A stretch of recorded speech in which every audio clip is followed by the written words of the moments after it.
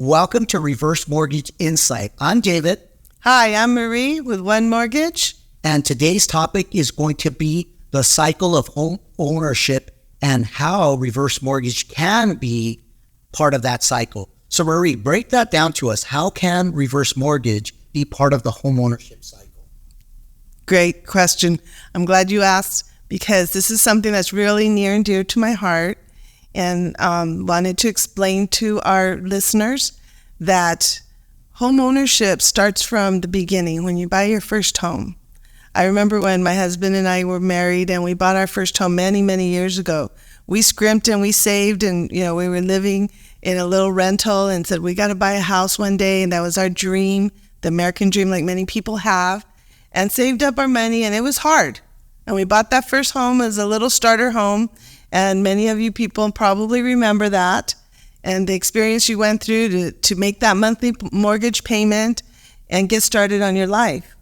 Well, once you have that and you start growing, your family grows, you have children, and your job becomes better and you're making a little bit more money, we're all told to start saving for your retirement. But who does that? Yeah. I didn't do that, definitely. That's one of my problems. When we were young, we didn't have money to put away in a 401k or something like that. We're very lucky, and some people have pensions. Some people have a really great job.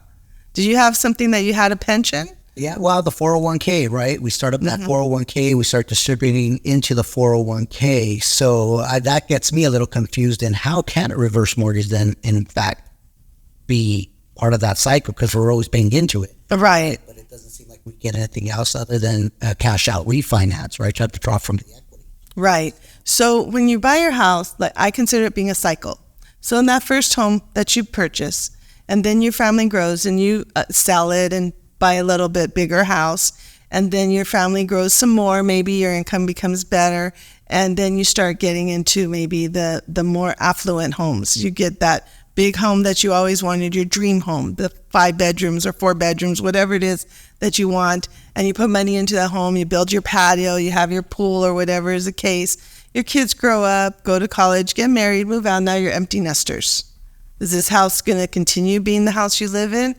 I have friends who have, that 4,000 square foot house and no more children, and they're like, this is too much home for me. And the maintenance and everything. So the decision is, do we become downsizing? Do we downsize this home into a smaller home now? And at that point, they have an option. One of the reverse mortgage options is they could sell that home and purchase a retirement home in a reverse purchase, meaning that they will not have a mortgage payment. They can take the equity that or the profits that they made from the sale of this bigger home and put it into a purchase of a retirement home and not have a house payment there. And they'll probably have money left over to fund some of their retirement. But going back to the pension and the 401k, not everybody is lucky to have those jobs that, maybe firemen or policemen, city workers, government workers, teachers, so forth, that provide them with a good pension. We have a lot of people who are in the service industry. Myself too, when I was, going to college, I was a waitress. Well, that's a very noble job, and you can earn a living and you have flexible hours, but you don't have a pension plan. Like us, right, in the real estate and mortgage field, you do not have a pension plan. Right. But you probably do have a home with tons of equity. Exactly. So if you consider your home to be your pension plan, the cycle that I'm speaking of is where you take your first purchase home, and you upgrade it, and then when you get to retirement, now you're going into a position where you can go into a reverse mortgage and stay in your home.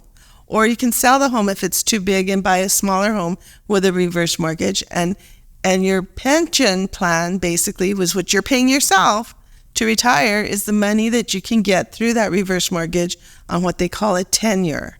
What a tenure is when you have a reverse mortgage, you can have a draw every month of whatever money is allotted by your application. What they do is every case is different. However much money you have available to you in your equity is where they'll be able to show how much you can get as far as a monthly payout.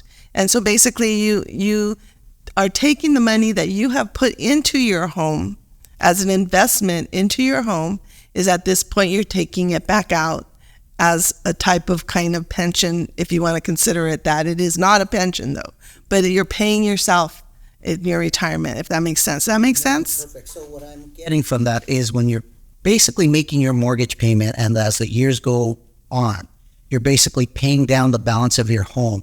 Then when you become retirement age, you're pulling out that equity as, like you're saying, as a pension, whether it be 500, 1,000, depending on your age and equity of your home. That is going to be your pension plan in a sense. So a retirement plan. So it's a reverse, like you're saying, that it's a reverse. Instead of the company paying you, then your home is actually paying you from the work you did already to those upgrades and to paying down the balance of your home. That makes a lot of sense. Right, right. Perfect. What else? What else is through that cycle? Well, some people have an idea when they hear the word reverse mortgage. They get scared. And what you just said triggered something in my thinking, is you said it's in reverse. If you consider this, all the years you took paying into your mortgage, you were paying a mortgage, consider it like if it was a savings plan. And now at the end, in the retirement age, instead of selling the house and taking that money out and having a finite number that when it runs out, and where are you going to live? Because I know a lot of people who retire and they say, I don't have a pension plan. What am I going to do? I have to sell my house and so I have money to retire and live with the kids or rent a little tiny apartment or something. Instead of that, if you take a reverse mortgage on the house, you stay in your house until you permanently leave it. And now you're reversing the money that you put in the beginning as a mortgage payment. You're reversing that money back to yourself. Consider it like that, and it doesn't be so scary. That makes a lot of sense. And also, right now, with the appreciation of homes nationwide, the average home nationwide is appreciating basically 1%. That's $1,000 per every 100,000. We're lucky to live in California, so our appreciation is going to be minimum 5 to 6%. So if you are paying down the balance and the home value is appreciating, you're going to have a pretty huge pension at the end once you're paying down that balance. Correct. Is that about right? That's about right. And there's two types of reverse mortgages. You can take a fixed rate mortgage and get a lump sum if you want to do that, and take a lump sum out to help you either upgrade the house, fix it up, or take vacations, or fund it, some kind of a balance in an account where you can make sure you have access to that money on a monthly basis. But once you do that, that's all you can get, that fixed sum. Then there's an adjustable rate reverse mortgage, which allows you to take what I spoke about, the 10-year, which is a monthly payout. You can take that. You can make a home equity line of credit, which gives you a certain number, certain value to where you can take monthly or take out in incremental sums money as you need it.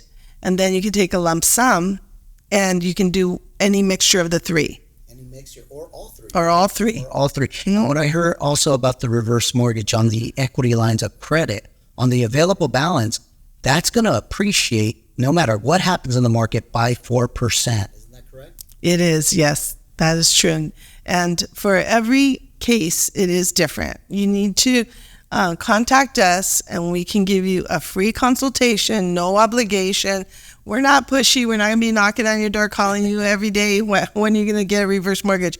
We're here to help our listeners understand the process, not be so afraid of it, and ask those questions. Sometimes people are afraid to ask the questions because they don't want to sound dumb, or they don't want to get involved with someone who's going to be pushing them on something. We're not going to do that. We're here to help with education and be the best benefit that we can to anyone that we can help.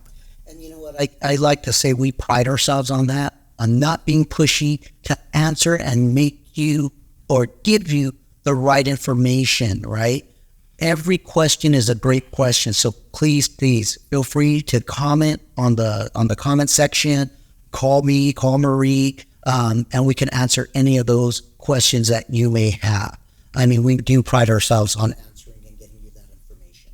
And what else can we do with the reverse mortgage? And what else is going through that cycle? Can they stay in their same home? What if they don't want to upgrade or sell? Can they stay in the original home they're in? Yes, absolutely. That is something that's really important to us, that we make sure our listeners understand. They are able to stay in their home and do the reverse mortgage with any of those options, and they're stay in their home until they leave permanently. And that just means that they have to live in the house one day more than 6 months through the year. Got it. So 6 months, 1 day, and that's their primary residence. So again, if you have any questions in regards to reverse mortgage, Marie is awesome. I can help you as well with any questions you may have. So we'd really like to thank you for joining us on this session of Reverse Mortgage Insights. If you have a topic that you want to talk about, go ahead and message us in the comment section. And Marie, what else can they do to reach you?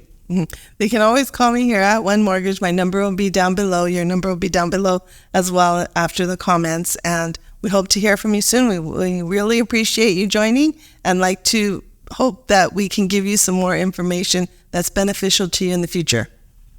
All right. Thank you, guys. Thanks. Bye.